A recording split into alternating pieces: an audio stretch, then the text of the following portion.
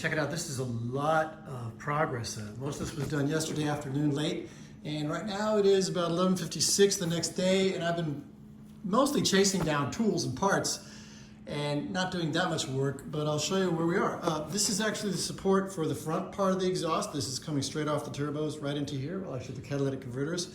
And what's happened is this ring right here has been welded onto this piece, but you mate this ring to the other ring and you clamp it together and it very positively holds it in place.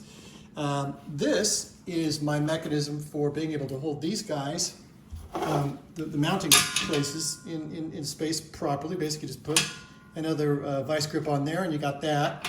It's pretty close fit. You don't want to use something like this because this plastic will melt instantly the moment that it is applied. You know, got some welding happens down here. It's going to heat this thing up to like 1,000 degrees. And you don't want to use something real big like this because it's clunky. So what I'm going to do is probably put some sort of bar from here to there, and have it come out and grab these guys underneath, you know, to hold them, because I still want to be able to come at this from this angle and clamp. I'll figure it out. Now, around here, I decided I was going to clamp these on by actually welding these guys in place, and then you basically are forced to put it in the right position and then clamp it.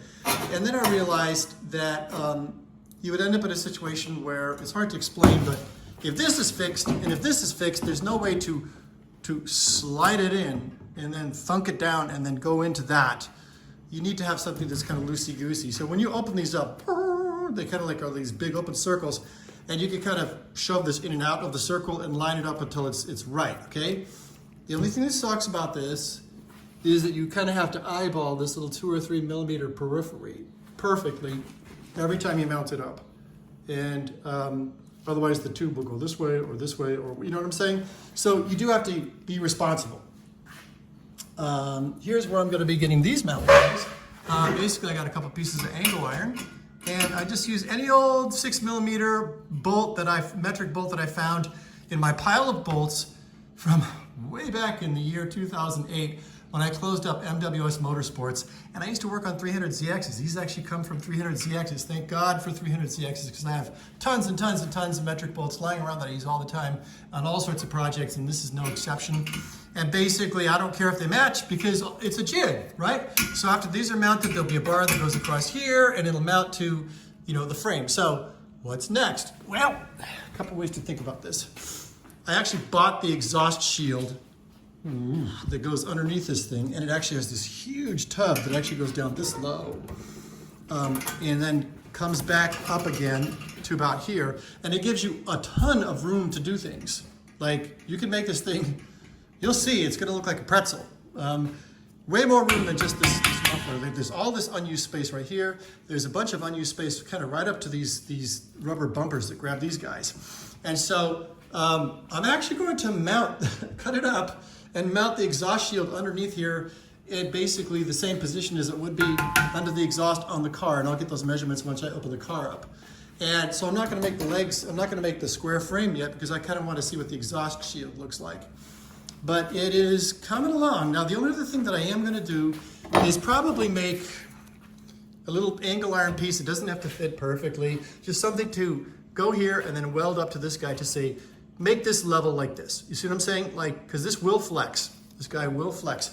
Do I want to do the same thing over here? Probably not, because there is a chance that this stuff might need to go slightly down or slightly up or whatever, and so I don't really care that much about this.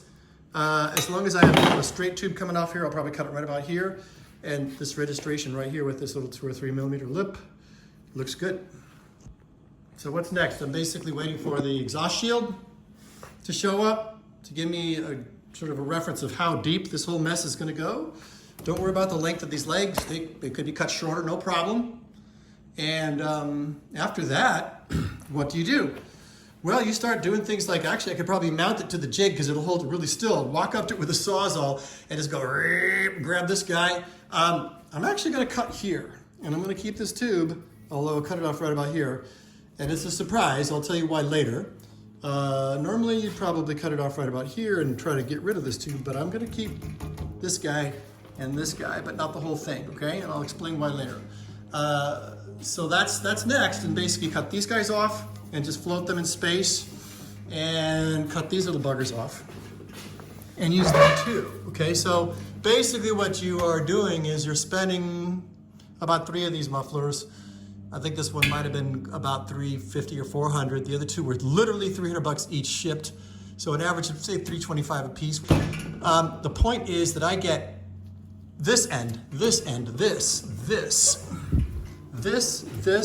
all of this, and all of this for the very inexpensive price of $300 some odd dollars, which is actually, especially since it's stainless, that's a steal. That's a crazy, pardon the pun, that's a really crazy steal. So I have 3 of them, so I've got plenty of material to work with. Yes, I know this one is broken right here. I could weld it, or I could just not use this guy for now. Got 2 others in a box out there in the shed.